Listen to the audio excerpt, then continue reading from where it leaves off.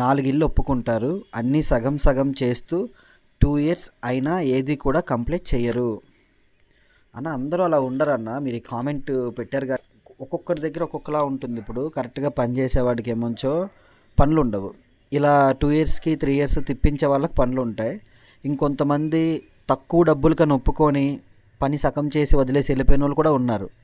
కొంతమందికి సెంటరింగ్ ఓన్గా ఉంటుంది, పని ఒప్పుకుంటారు, సగం వరకు చేసి వెళ్ళిపోతారు. మరి కొంతమంది ఏమో పేమెంట్ ఇష్యూ అని చెప్పేసి వదిలేసి వెళ్ళిపోతారు. ఇలా చాలామంది వర్కర్స్ అయితే ఉన్నారు, నేను లేరనట్లేదు. అలానే ఓనర్స్ కూడా ఉన్నారన్న.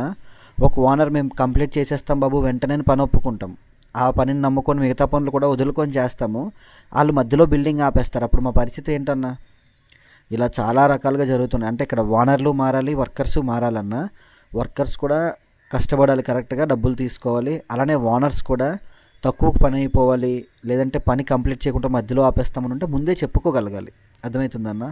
ఇలా వర్కర్స్ని అనడం లేదంటే ఓనర్స్ని అనడం తప్పు ఇద్దరు వైపులో ఉంటుంది, రెండు వైపులు కూడా ఉంటుంది. అది మనం చూసుకొని మార్కెట్లో ఎవరు కరెక్ట్గా వర్క్ చేస్తారనేది చూసుకోవాలి.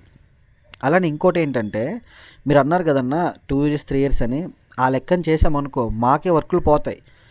ఎగ్జాంపుల్ మీ దగ్గర నుంచి మంచి రివ్యూ రాలేదనుకోండి, ఆ మేస్త్రి తిప్పిస్తున్నాడు మంచిగా పని చేయడంటే నాకు నెక్స్ట్ పనులు ఇవ్వరు. కానీ ఒక ఓనర్ బిల్డింగ్ మధ్యలో ఆపేసి ఇంకో 2-3 సంవత్సరాలు మమ్మల్ని తిప్పించి తర్వాత మళ్ళీ పని చేయించుకున్నా సరే అక్కడ సంకనాకి పోయేది మేమే అనమాట.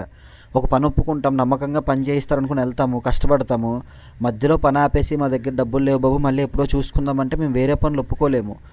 అటు ఇక్కడ పనులు ఉండవు, ఏమి ఉండవు. అలా తిరిగిన వాళ్ళు చాలామంది ఉన్నారన్న. మీరు కూడా కొంచెం అర్థం చేసుకోండి, ఓకేనా? సో తప్పు రెండు వైపులో ఉంటుంది. సో నాకు చెప్పాలనిపించింది చెప్పాను, అంతే తప్పించి ఎవరిని ఉద్దేశించి అయితే కాదు, ఓకేనా?